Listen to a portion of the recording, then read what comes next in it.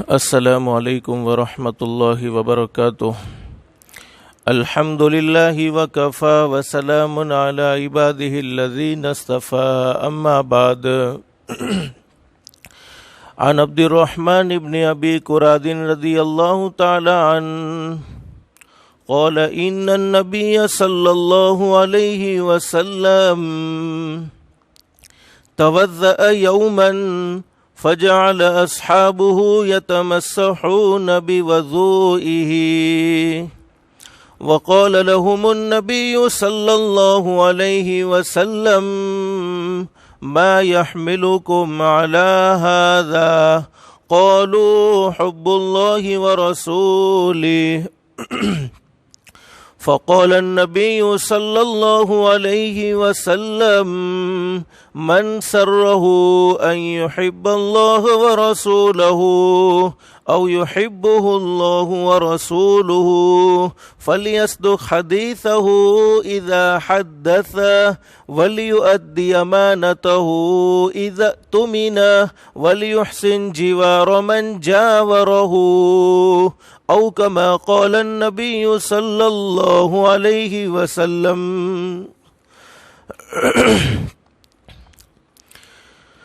گھروں میں ریسیور کے ذریعے سے سننے والے میرے محترم دوستوں، بھائیوں اور بزرگوں اور میری محترمہ مائیں اور بہنیں،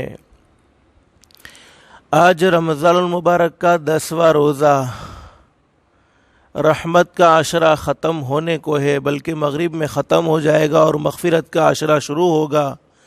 رمضان المبارک کے 3 حصے میں سے ایک حصہ ختم ہو رہا ہے۔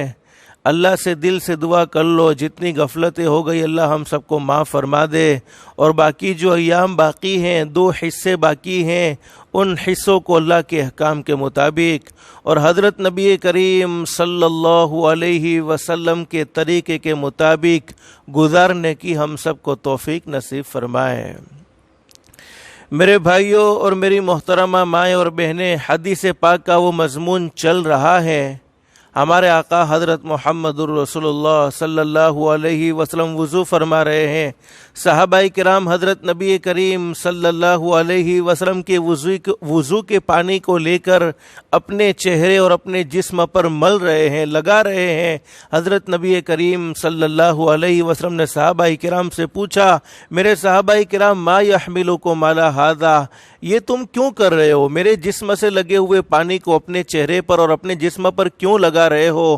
اب صحابہ کرام کا جواب، قولوا حب اللہ ورسولہ، اللہ اور اللہ کے رسول صلی اللہ علیہ وسلم کی محبت میں ہم ایسا کرتے ہیں۔ حضرت نبی کریم صلی اللہ علیہ وسلم نے ارشاد فرمایا، فقال النبی صلی اللہ علیہ وسلم من سرہ ان یحب اللہ ورسولہ او یحبہ اللہ ورسولہ۔ حضرت نبی کریم صلی اللہ علیہ وسلم نے ارشاد فرمایا، جس کا دل یہ چاہتا ہو کہ وہ اللہ سے محبت کرے، اللہ کے نبی سے محبت کرے، یا یہ دل چاہتا ہو کہ اللہ اور اللہ کا نبی خود اس سے محبت کرے، تو ہمارے نبی حضرت محمد الرسول اللہ صلی اللہ علیہ وسلم نے ارشاد فرمایا، اسے چاہیے کہ وہ 3 کام کرے۔ اس میں سب سے پہلا کام حضرت نبی کریم صلی اللہ علیہ وسلم نے بیان فرمایا، فَلْيَصْدُقْ حَدِيثَهُ اِذَا حَدَّثَ، جب بھی بات کرے تو سچی بات کرے، جھوٹ نہ بولے، یعنی اپنی زبان کی حفاظت کرے، اپنی زبان کو کنٹرول میں رکھے۔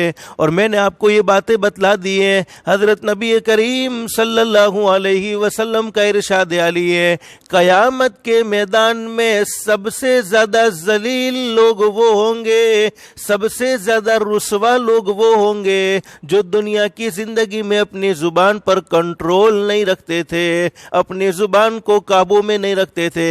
اور میرے پیارو، یہ زبان کا گناہ ایسا گناہ ہے جس میں صرف عوام مبتلا نہیں ہے بلکہ خواص بھی مبتلا ہیں، علماء بھی مبتلا ہیں۔ وہ اللہ کے بندے جو اپنے آپ کو نیک سمجھتے ہیں، نمازی سمجھتے ہیں، اپنے آپ کو بڑا حاجی سمجھتے ہیں، اپنے آپ کو بڑا دیندار سمجھتے ہیں، وہ بھی اس میں مبتلا ہے۔ تو زبان کے گناہ بڑے خطرناک ہے۔ جسمہ صغیر و جرمہ کبیر، اس کا جسم بہت چھوٹا ہے لیکن اس سے ہونے والے گناہ بہت بڑے بڑے ہیں۔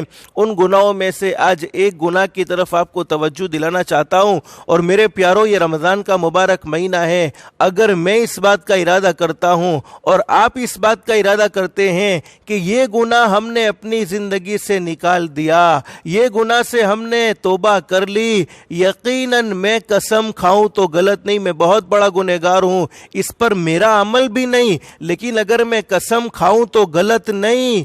اللہ کی ذات علی سے امید ہے اللہ پاک زندگیوں میں وہ سکون و اطمینان نصیب فرمائے گا جس کا ہم نے کبھی تصور نہیں کیا ہوگا، اور اللہ پاک یقیناً ہماری تھوڑی عبادت سے راضی ہو کر ہمیں بہت بڑا اجر و ثواب نصیب فرمائے گا۔ بہت بڑے انعام کی اللہ پاک نے ہمیں بشارت سنائی ہے۔ وہ کون سا گناہ ہے؟ ایک گناہ جیسے ہم اپنی زبان سے جھوٹ بولتے ہیں، یہ زبان سے ہونے والا گناہ ہے، لیکن کبھی کبھی جھوٹ کسی کی برائی میں بھی بولا جاتا ہے، جس کو کہتے ہیں غیبت۔ شریعت کی زبان میں جس کو غیبت کہتے ہیں، یعنی کسی مسلمان کی پیٹھ پیچھے برائی کرنا، کسی مسلمان کی ایسی بات کرنا کہ اگر وہ موجود ہو اور وہ اس بات کو سنے تو اس کو پسند نہ آئے بلکہ وہ ناراض ہو۔ اور ہمارے نبی حضرت محمد الرسول اللہ صلی اللہ علیہ وسلم صحابہ کرام کے درمیان میں تشریف فرمائے۔ حضرت ابو ہریرہ رضی اللہ تعالیٰ عنہ فرماتے ہیں، ایک مرتبہ سرکار مدینہ حضرت محمد الرسول اللہ صلی اللہ علیہ وسلم نے صحابہ کرام سے سوال کر لیا، میرے صحابہ کرام جانتے ہو غیبت کس کو کہتے ہیں؟ صحابہ کرام نے جواب دیا، اللہ اور اللہ کے رسول حضرت محمد الرسول اللہ صلی اللہ علیہ وسلم بہتر جانتے ہیں۔ اب حضرت نبی کریم صلی اللہ علیہ وسلم نے ارشاد فرمایا، غیبت کسی مسلمان کی پیٹھ پیچھے ایسی باتیں کرنا کہ اگر مسلمان کو پتا چلے کہ فلانے آدمی نے میری ایسی باتیں کی ہے تو اس کا دل ناراض ہو، اس کو تکلیف پہنچے، یہ ہے غیبت۔ اب کسی صحابی نے اللہ کے نبی حضرت محمد الرسول اللہ صلی اللہ علیہ وسلم سے سوال کر لیا، اللہ کے نبی حقیقت میں اس آدمی میں وہ بات موجود ہے جس کا میں تذکرہ کر رہا ہوں، جس کی میں برائی کر رہا ہوں، وہ برائی حقیقت میں اس میں موجود ہیں، تب بھی غیبت شمار ہوگی؟ ہمارے آقا نے فرمایا تب ہی تو غیبت ہے جبکہ اس کے اندر وہ برائی موجود ہے اور اس برائی کا تم تذکرہ کر رہے ہو، یہی غیبت ہے۔ اگر وہ برائی موجود نہیں ہے تب تو غیبت نہیں، بلکہ غیبت سے بھی بڑا گناہ بہتان ہے، الزام ہے۔ میرے بھائیو، حدیث پاک میں نبی کریم صلی اللہ علیہ وسلم نے اپنی امت کو باخبر کیا ہے، اپنی امت کو آگاہ کیا ہے۔ کبھی کبھی ان حدیثوں کو سنتے وقت ہم نے یہ حدیث، جس وقت میں حدیث آپ کو سنا رہا ہوں، آپ نے کوئی پہلی مرتبہ نہیں سنی، میں نے بھی کوئی پہلی مرتبہ نہیں پڑھی، پہلی مرتبہ نہیں سنی، بہت سی مرتبہ سنی ہیں، بہت سی مرتبہ پڑھی ہیں، لیکن عمل زندگی میں نہیں آیا۔ ورنہ سننے کو تو ہم بہت سی مرتبہ سن چکے ہیں، لیکن میرے بھائیوں کبھی کبھی ان حدیثوں کو سننے کے بعد اپنے دھیان کو آخرت کی طرف کنورٹ کر دو، آخرت کی طرف متوجہ کر دو کہ دنیا کی مختصر سی زندگی میں صرف مجھے اپنی زبان پر کنٹرول ہی تو کرنا ہے، پھر دنیا سے چلے ہی تو جانا ہے۔ دنیا سے چلے جانے کے بعد آخرت کی ہمیشہ کی ہمیشہ نعمتیں جس سے مجھے فائدہ اٹھانا ہے، تو دنیا کی مختصر سی زندگی میں جب میرے نبی نے اس گناہ سے اتنا ڈرایا ہے، میرے نبی نے اس گناہ کی اتنی ساری وعیدیں بیان فرمائی ہیں، تو میں اس گناہ کی طرف کیوں جاؤں؟ مجھے نہیں جانا چاہیے بلکہ اپنی زبان کو خاموش رکھنا چاہیے۔ ایک حدیث میں نبی کریم صلی اللہ علیہ وسلم نے فرمایا، میرے امتیوں غیبت سے بہت بچو، اس لیے کہ الغیبت اشد من الزنا، غیبت کا گناہ زنا کرنے سے بھی زیادہ سخت ہے۔ اب صحابہ کرام کو یہ بات سمجھ میں نہیں آئی۔ صحابہ کرام بڑے مخلص لوگ تھے، صحابہ کرام بڑے نبی کریم صلی اللہ علیہ وسلم سے محبت کرنے والے لوگ تھے۔ جب کوئی بات سمجھ میں نہیں آتی تو فوراً پوچھ لیتے۔ اللہ کے نبی حضرت محمد الرسول اللہ صلی اللہ علیہ وسلم سے فوراً سوال کر لیا، میرے محبوب غیبت یہ زنا سے سخت کیسے ہو سکتا ہے؟ اس لیے کہ زنا تو ایک ایسا خطرناک گناہ ہے جس میں کسی عورت کی عزت کو تار تار کیا جاتا ہے، کسی عورت کی عزت کو تار تار کیا جاتا ہے، اس سے بھی زیادہ سخت گناہ غیبت۔ اور حدیث پاک میں لکھا ہے، شریعت میں، اسلام میں، اگر سب سے بڑا گناہ کفر کے بعد، اگر اس روئے زمین پر شرک کے بعد اگر سب سے بڑا کوئی گناہ ہے تو زنا کاری ہے، بدکاری ہے، یعنی حرام تعلقات، لڑکا لڑکیوں کا آپس میں حرام تعلقات کا بنانا، شادی سے پہلے جو تعلقات خوشی خوشی میں بنتے ہیں ان تعلقات کو شریعت کی زبان میں زنا کاری کہا جاتا ہے۔ اور حدیث پاک میں فرمایا نبی کریم صلی اللہ علیہ وسلم نے، زنا کرنے والا مرد ہو یا زنا کرانے والی عورت ہو، دنیا کی زندگی میں ذلت اٹھاتے ہی اٹھاتے ہیں، لیکن آخرت کا وبال یہ ہوگا کہ اللہ ان کی طرف رحمت کی نظروں سے دیکھنے والے بھی نہیں ہیں۔ اگر دنیا کی زندگی میں بغیر توبہ کے چلے گئے، دنیا کی زندگی میں بغیر توبہ کیے آخرت کی طرف چلے گئے تو اللہ پاک ان سے راضی ہونے والے نہیں بلکہ ان کی طرف دیکھنے والے بھی نہیں۔ اور یہاں تک حدیث پاک میں نبی کریم صلی اللہ علیہ وسلم نے بڑی سخت سے سخت وعید بیان فرمائی ہے، لیکن اس وقت میرا ٹاپک زنا کا نہیں ہے، میرا ٹاپک غیبت کا ہے۔ اب صحابہ کرام نے پوچھ لیا، اللہ کے نبی یہ غیبت کسی مسلمان کی ہم کوئی بات کرتے ہیں، یہ زنا سے سخت کیسے ہو سکتا ہے؟ زنا تو کسی عورت کی عزت کو تار تار کیا جاتا ہے، کتنا ننگاپن ہوتا ہے، کتنی بدکاری ہوتی ہے، اور یہ تو زبان سے بولا جاتا ہے۔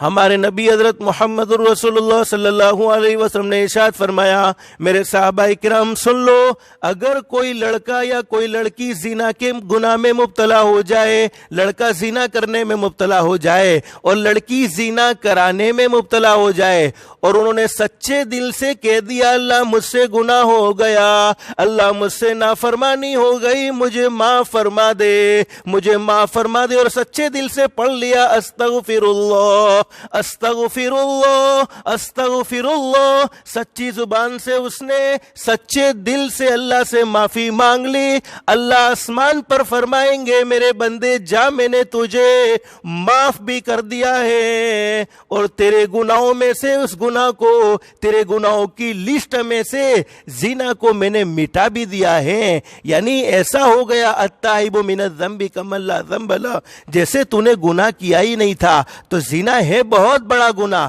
لیکن اگر کوئی اس گناہ میں مبتلا ہو جاتا ہے، اللہ سب کی حفاظت فرمائے، اللہ سب کی حفاظت فرمائے، لیکن اگر کوئی اس گناہ میں مبتلا ہو گیا تھا یا ہو جاتا ہے اور اس نے سچے دل سے معافی مانگ لی، اللہ ضرور معاف کر دیتے ہیں۔ لیکن صحابہ کرام کو ہمارے نبی نے سمجھایا، فرمایا میرے صحابہ کرام اگر تم نے کسی کی غیبت کی ہے، اللہ سے ساری زندگی معافی مانگتے جاؤ گے، معافی مانگتے رہو گے، اللہ معاف فرما دے، اللہ معاف فرما دے، اس وقت تک معافی نہیں مل سکتی جب تک کہ تم نے جس کی غیبت کی ہے اس سے جا کر معافی نہ مانگ لو۔ تو اندازہ لگاؤ، زنا چونکہ بڑا خطرناک گناہ ہے، پھر بھی ہمارے نبی نے غیبت کے گناہ کو زنا کے گناہ سے بڑا بتایا ہے۔ اور ایک حدیث تو سن کر آپ تعجب کرو گے، میں اپنی طرف سے نہیں کہتا، ہمارے نبی حضرت محمد رسول اللہ صلی اللہ علیہ وسلم کی حدیث سنا رہا ہوں۔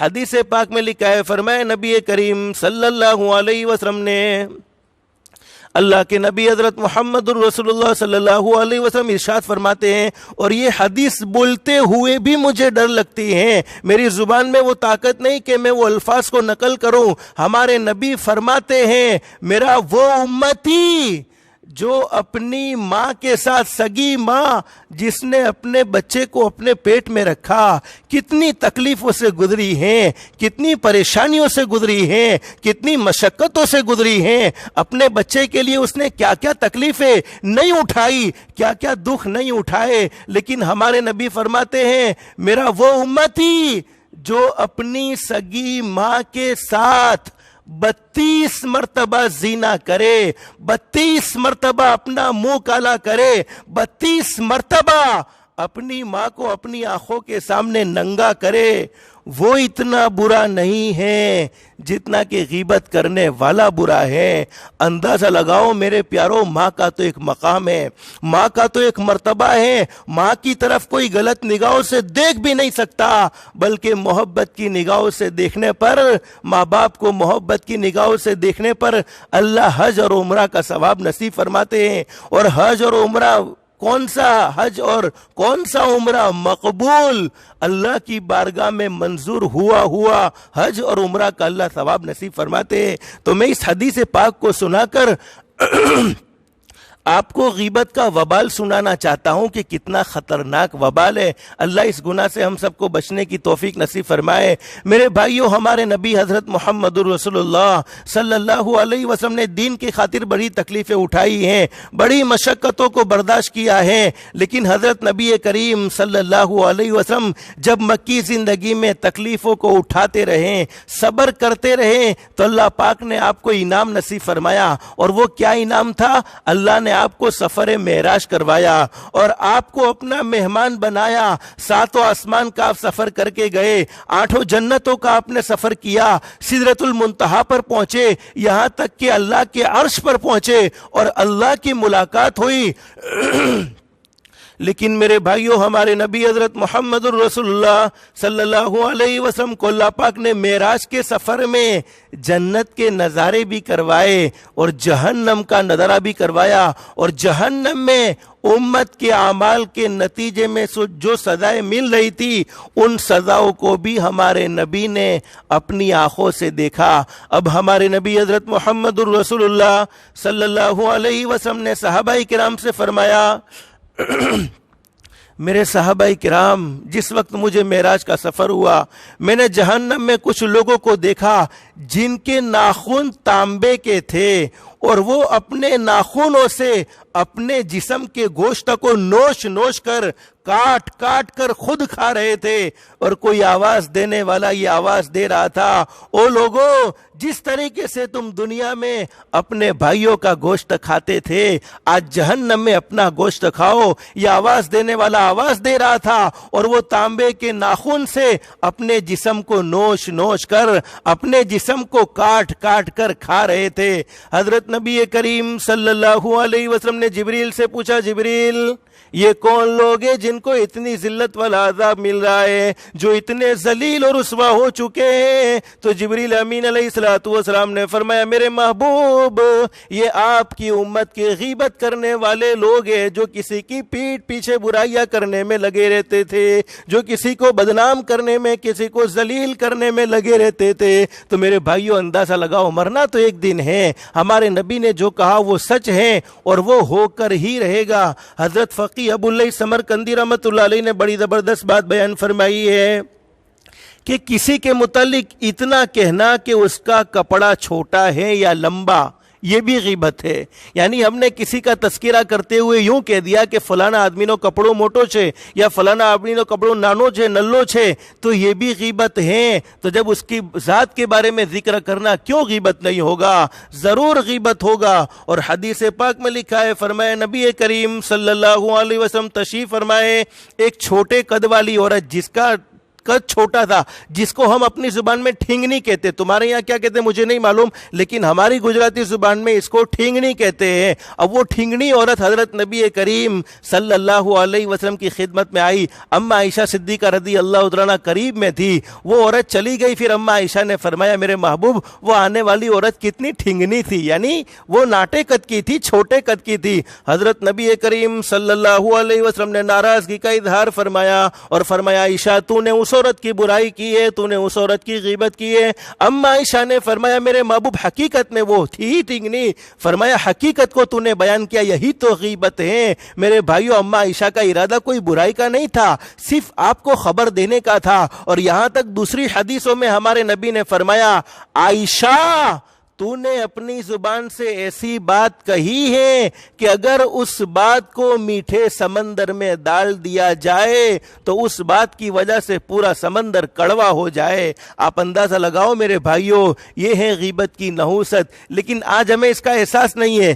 فرمایا نبی کریم صلی اللہ علیہ وسلم کے زمانے میں جب کوئی غیبت کرتا تو اس کی بدبو پھیلتی تھی۔ حدیث پاک میں فرمایا، حدیث کے بیان کرنے والے صحابی ہیں حضرت جابر بن عبداللہ رضی اللہ عنہ، فرماتے کہ ایک مرتبہ بدبودار ہوا چلی، ایسی ہوا چلی جس میں بدبو آ رہی تھی۔ حضرت نبی کریم صلی اللہ علیہ وسلم فرمانے لگے، معلوم ہوتا ہے کہ کچھ منافقین نے مسلمان لوگوں کی غیبت کی ہے، لیکن آج وہ بدبو پھیلتی نہیں ہے۔ وجہ اس کی یہ ہے کہ ہم خود غیبت کرنے کے اور غیبت سننے کے عادی بن چکے ہیں۔ اور یہ بات بھی یاد رکھو، غیبت کرنا جتنا بڑا گناہ ہے، سننا بھی اتنا ہی بڑا گناہ ہے، بلکہ علماء فرماتے ہیں سننے والا اس سے بھی بڑا گنہگار ہے، اس لیے کہ آدمی بولتا کب ہے جب سامنے والا بولنے کی اجازت دیتا ہے۔ اور غیبت بھی شروع کیسے ہوتی؟ پہلا فلاں مانس چھے، بہت سارا چھے، گھنوں بدو چھے، پر آ پرابلم چھے۔ یعنی غیبت کبھی شروعات برائی سے نہیں ہوتی ہے، شروعات تو تعریف سے ہوتی ہے، پھر تعریف کے بعد برائی شروع ہوتی ہے۔ حدیث پاک میں اور قرآن کریم کی ایک آیت کریمہ میں اللہ فرماتے ہیں، ایحب احدکم ان یأکل لحم اخیہ میتا فکرہتموہ واتقوا اللہ ان اللہ تواب الرحیم۔ اللہ فرماتے غیبت کرنے والے، مسلمان لوگوں کی برائی کرنے والے ایسے ہیں جیسے وہ اپنے بھائی کا، مردار بھائی کا گوشت کھا رہے ہو، اس کو کوئی پسند کرتا ہے؟ فکری تم کوئی پسند نہیں کرتا، تو فرمایا غیبت ہرگیز نہ کرو۔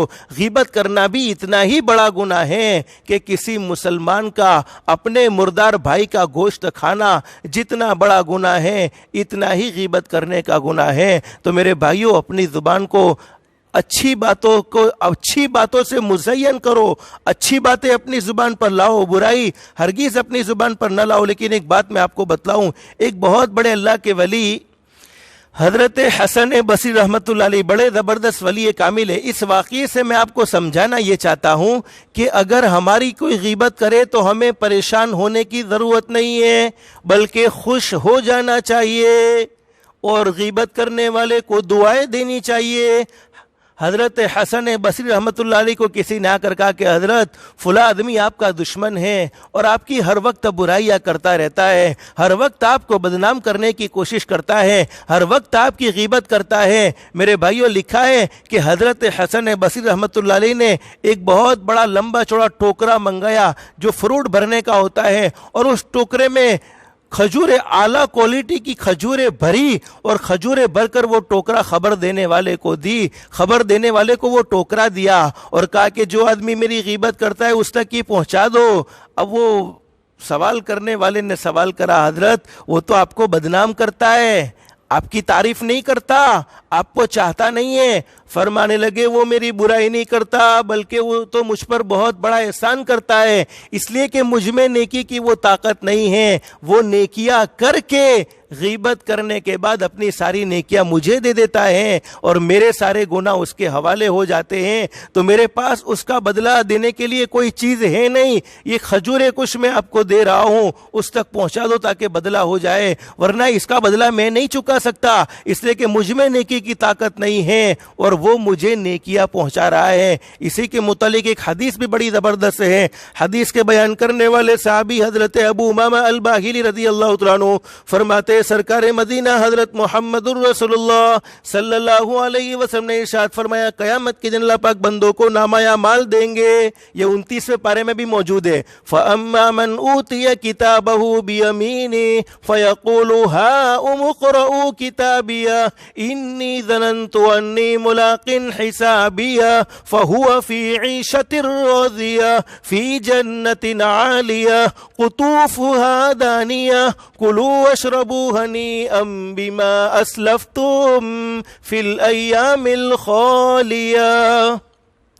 اللہ قرآن کریم میں فرماتے، کامیاب لوگوں کا نامہ اعمال ان کو سیدھے ہاتھ میں ملے گا اور وہ اپنے نامہ اعمال کو دیکھ کر کہے گا، خوش ہو جائے گا, لوگوں کو بتاتا پھرے گا دیکھو اللہ نے مجھے کامیاب کر دیا, اللہ نے مجھے پاس کر دیا. اللہ فرمائیں گے میرے بندے دنیا میں تو نے اپنی ذات پر بڑا کنٹرول کیا ہے, اپنے آپ کو گناہوں سے بچایا, اپنی زبان کو کنٹرول میں رکھا, جنت کی نعمتیں تیرا انتظار کر رہی ہیں. لیکن اللہ حفاظت فرمائے کچھ لوگ ایسے ہوں گے جن کا نامہ اعمال ان کو الٹے ہاتھ میں ملے گا. قرآن کریم میں فرمایا وَأَمَّا مَنْ أُوتِيَ كِتَابَهُ بِشِمَالِهِ فَيَقُولُ يَا لَيْتَنِي لَمْ أُوتَ كِتَابِيَهْ وَلَمْ أَدْرِ مَا حِسَابِيَهْ يَا لَيْتَهَا كَانَتِ الْقَاضِيَةَ مَا أَغْنَى عَنِّي مَالِيَهْ هَلَكَ عَنِّي سُلْطَانِيَهْ. دنیا کی زندگی میں بڑے گناہ کیے تھے, نامہ اعمال الٹے ہاتھ میں ملا تو وہ پچھتائے گا. وَلَمْ أَدْرِ مَا حِسَابِيَهْ, کاش میرا حساب نہ ہوتا تو اچھا تھا. یا لیتہا کانت القاضیہ, مجھے پھر موت آ جاتی تو اچھا ہوتا, میرے ہاتھ میں نامہ اعمال نہ ملا تو اچھا ہوتا. ما اغنی عنی مالیہ, آج وہ مالداری کام نہ آئی. دنیا میں لوگ مال کی وجہ سے جھک جھک کر سلام کرتے تھے, لیکن آج وہ مالداری کام نہ آئی. ہلک عنی سلطانیہ, دنیا میں تو میں بڑا سیٹھ تھا, میرے ہاتھ نیچے کئی نوکر کام کرتے تھے, لیکن آج وہ سیٹھ پنا, آج وہ بادشاہی کام نہ آئی. وہاں تو کام آئیں گے تو نیک اعمال کام آئیں گے. تو ہمارے نبی نے کیا فرمایا؟ حضرت ابو امامہ الباہلی رضی اللہ تعالیٰ عنہ فرماتے ہیں قیامت میں کچھ لوگ ایسے ہوں گے جن کا نامہ اعمال ان کو سیدھے ہاتھ میں ملے گا, اور وہ اپنے نامہ اعمال میں نیکیوں کو دیکھیں گے. میں سمجھانے کے لیے کہہ رہا ہوں, وہ اپنے نامہ اعمال میں تہجد کی نماز کو دیکھیں گے, اشراق کی نماز کو دیکھیں گے, چاشتہ کی نماز کو دیکھیں گے, عمرہ پر عمرہ دیکھیں گے, نوافل حج کو دیکھیں گے. اب وہ لوگ سوال کریں گے الہ العالمین, دنیا کی زندگی میں ہم نے کبھی تہجد کی نماز پڑھی نہیں ہے, دنیا کی زندگی میں کبھی ہم نے اشراق کی نماز پڑھی نہیں ہے, ہم تو صرف فرائض کا اہتمام کرنے والے تھے. دنیا کی زندگی میں کبھی ہم نے نوافل کا اہتمام کیا نہیں ہے, لیکن تو نے ہم پر فضل کیوں فرمایا, تو نے ہم پر کرم کا معاملہ کیوں فرمایا؟ اللہ فرمائیں گے میرے بندو, اگرچہ تم نے دنیا کی زندگی میں نیک اعمال نہیں کیے تھے, لیکن دنیا کی زندگی میں کچھ لوگ تھے جو نیک اعمال بھی کرتے تھے اور تمہاری برائیاں بھی کرتے تھے, تمہاری غیبت بھی کرتے تھے, اس لیے ان کے سارے نیک اعمال کو میں نے تمہارے حوالے کر دیا ہے. میرے بھائیوں, ایسی ذلت سے اللہ ہم سب کی حفاظت فرمائے کہ ہم نے دنیا کی زندگی میں تو اپنے آپ کو نیک سمجھاؤ اور آخرت میں ہم گنہگاروں میں شامل ہو جاوے, آخرت میں ہم جہنمیوں میں شامل ہو جاوے. اللہ ہم سب کی حفاظت فرمائے. اس لیے ہمارے نبی نے ایک مرتبہ صحابہ کرام سے پوچھا, میرے صحابہ کرام تم جانتے ہو غریب اور مفلس آدمی کون ہے؟ صحابہ کرام نے فرمایا اللہ کے نبی, جس کے پاس مال نہیں ہے وہ غریب آدمی ہے, جس کے پاس مال نہیں ہے وہ مفلس آدمی ہے. ہمارے نبی نے فرمایا نہ وہ مفلس نہیں, وہ غریب نہیں, مفلس اور غریب آدمی تو وہ ہیں جس نے دنیا کی زندگی میں ہر نیک عمل کیا ہوگا, اللہ کو راضی کرنے والا ہر کام کیا ہوگا, نوافل کا اہتمام بھی ہوگا, حج پر حج کرتا رہا ہوگا, عمرہ پر عمرہ کرتا رہا ہوگا, لیکن دنیا کی زندگی میں کسی کو گالی دی تھی, دنیا کی زندگی میں کسی کا مال ہڑپ کیا تھا, دنیا کی زندگی میں کسی پر الزام لگایا تھا, دنیا کی زندگی میں کسی کی غیبت کی تھی. اب قیامت کے میدان میں اللہ انصاف کرنے والے ہیں. جس نے دنیا کی زندگی میں جس کو ستایا تھا, جس کا مال ہڑپ کیا تھا, وہ سارے کے سارے لوگ قیامت میں اللہ کے دربار میں اس بندے سے مطالبہ کرنے آئیں گے, اس بندے سے اپنا حساب مانگیں گے. اب سارے نیک اعمال اس کے حوالے کر دیے جائیں گے, جس کو تکلیف پہنچائی تھی, جس کو گالی دی تھی, جس کی غیبت کی تھی. لیکن اللہ کے یہاں انصاف, دنیا کی زندگی میں تو تھا بڑا نیک, بڑے اچھے سے اچھی باتیں کرتا تھا, بڑا اچھا لوگوں کو تقویٰ سناتا تھا, لیکن زبان پر ہر وقت لوگوں کی غیبت, زبان پر ہر وقت لوگوں کی برائی. اب نیک اعمال تو ختم ہو گئے, انصاف کا معاملہ ہے تو ہوگا کیا؟ جن کی برائیاں کی تھی, جن کو گالیاں دی تھی, ان کے گناہ اس کے سر پر ڈال دیے جائیں گے. اللہ ہم سب کی حفاظت فرمائے. اور میرے بھائیوں, یہ رمضان کا مہینہ ہے, حدیثوں میں بھی یہ بات موجود ہے, غیبت کا گناہ روزے کو بعض علماء کے نزدیک تو روزہ ٹوٹ جاتا ہے. اور معاف کرنا, میں اپنی ماں بہنوں سے کہوں گا, مردوں سے زیادہ اگر اس گناہ میں مبتلا ہیں تو عورتیں ہیں. عورتوں کا مشغلہ ہی غیبت ہیں. جب آپس میں 2-3 عورتیں مل کر بیٹھے گی, پلی فلانی نے تے سانبھڑیو فلانی کی بھی چھے, پلی فلانی کی بھی چھے, یعنی ان کو ایک شوق ہوتا ہے کسی محلے کی کوئی بری خبر ملے اور اس کو مزے لے لے کر اس کا چرچا کرے. اللہ کی بندیوں ایسا نہ کرو. دنیا کی زندگی ختم ہونے والی ہے, ہمارے پاس ویسے بھی کوئی نیک عمل تو ہے نہیں, پھر ہم کیوں کسی کی برائی کر کے اپنے نیک عمل کو دوسرے کے حوالے کریں اور اس کے گناہ اپنے سر پر لے لیں. اسی کے متعلق ایک حدیث بڑی زبردست ہے, اللہ ہم سب کو اس پر عمل کی توفیق نصیب فرمائے.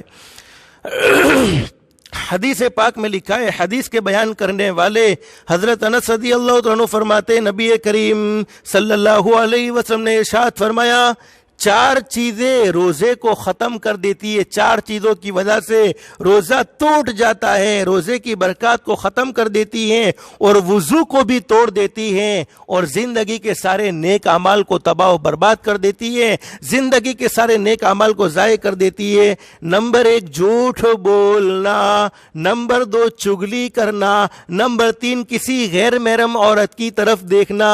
یعنی یہ برائیاں ایسی ہیں, یہ برائیاں اتنی زبردست ہیں, یہ گناہوں کی جڑوں کو یوں سیراب کرتی ہیں, یعنی گناہوں کی جڑوں کو ایسے مضبوط کرتی ہیں جیسے پانی پودے کی جڑوں کو سیراب کرتا ہے, جیسے پانی سے پودا مضبوط ہوتا ہے. اور چوتھا گناہ شراب پینا, یہ تمام گناہوں سے بڑھ کر ہیں. میرے بھائیوں, ایک بہت بڑے اللہ کے ولی حضرت قعب احبار رحمۃ اللہ علیہ فرماتے ہیں, میں نے سابقہ انبیاء کرام کی کتابوں میں یہ پڑھا ہے, یعنی پہلے آنے والے انبیاء کرام کی کتابوں میں یہ پڑھا ہے کہ جو شخص غیبت کرنے سے توبہ کرتا ہے, غیبت سے توبہ کر کے دنیا سے جاتا ہے, وہ جنت میں سب سے اخیر میں داخل ہوگا. حالانکہ اس نے توبہ کر لی ہے, اس کے باوجود جنت میں سب سے اخیر داخل ہوگا. اور جو غیبت کرتے کرتے دنیا سے چلا جائے گا وہ جہنم میں سب سے پہلے داخل ہوگا. اس لیے میرے بھائیوں, ایک اللہ کے ولی حضرت یحییٰ بن معاذ الرازی رحمۃ اللہ علیہ فرماتے ہیں کہ مسلمان کو ہماری ذات سے کم 3 فائدے پہنچنے چاہیے. اگر ہماری ذات سے 3 فائدے پہنچتے ہیں تو ہم اپنے آپ کو کامیاب لوگوں میں شمار کریں, اپنے آپ کو مسلمان شمار کریں. اور اگر ہماری ذات سے مسلمان کو 3 فائدے نہیں پہنچتے تو اپنے آپ کو ہرگز کامیاب نہ سمجھے. نمبر 1, اگر تو اسے فائدہ نہیں پہنچا سکتا تو نقصان بھی نہ پہنچا, اگر تو اسے خوشی نہیں دے سکتا تو غم بھی نہ دے, اور اگر تو اس کی تعریف نہیں کر سکتا تو برائی بھی نہ کر.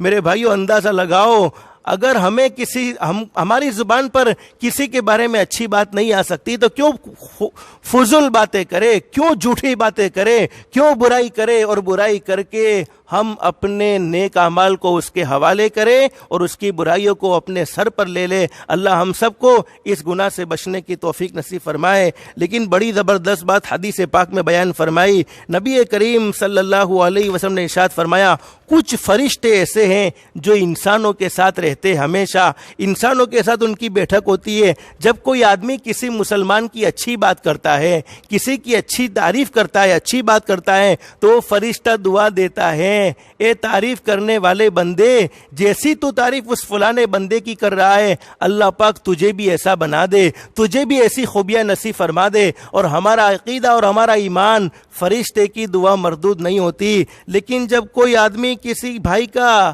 ذکر برا کرتا ہے, یعنی غیبت کرتا ہے, تو فرشتہ کہتا ہے تجھے شرم آنی چاہیے, اپنے بھائی کی غیبت کرتے ہوئے تجھے شرم آنی چاہیے. حالانکہ تیرے گناہوں کو اللہ نے چھپایا ہے, تیرے گناہ کو اللہ نے کسی کے سامنے ظاہر نہیں کیا. اس لیے میرے بھائیوں, اس گناہ سے اپنے آپ کو بچاؤ, اس گناہ سے معافی مانگو. ایک بہت بڑے اللہ کے ولی حضرت وہب مکی رحمۃ اللہ علیہ فرماتے ہیں, اگر دنیا جب سے بنی ہے, یعنی دنیا کی شروعات سے لے کر دنیا کے ختم ہونے تک کا, دنیا میں جتنا ساز و سامان ہے, جتنا مال ہے, تمام کا تمام مال میرے حوالے کر دیا جائے, جب سے دنیا بنی ہے تب سے لے کر جب تک دنیا ختم نہ ہو جائے تب تک کا دنیا میں جتنا ساز و سامان, جتنا مال ہے, وہ سارا کا سارا مال میرے حوالے کر دیا جائے, اور مجھے کہا جائے اس کو اللہ کی راہ میں خرچ کرو, تو میں 2 گناہ کو چھوڑنا خرچ کرنے کے مقابلے میں زیادہ پسند کروں گا. اب وہ کون سے 2 گناہوں کو چھوڑنا زیادہ پسند کروں گا؟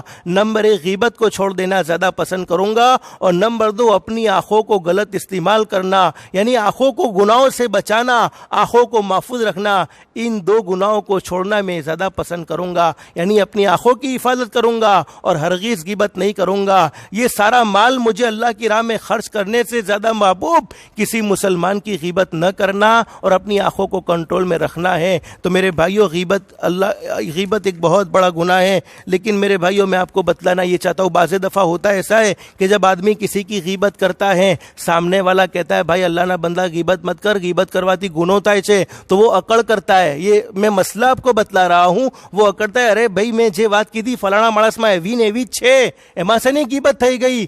حدیث پاک میں لکھا ہے میرے بھائیوں، علماء فرماتے ہیں حدیث پاک میں غیبت کو حرام کیا ہے، غیبت کو حرام کیا ہے، غیبت کو حرام کیا ہے، اور اس حرام گناہ کو اس نے اکڑ کی وجہ سے کسی سامنے والے کی بات کو ٹھکرایا۔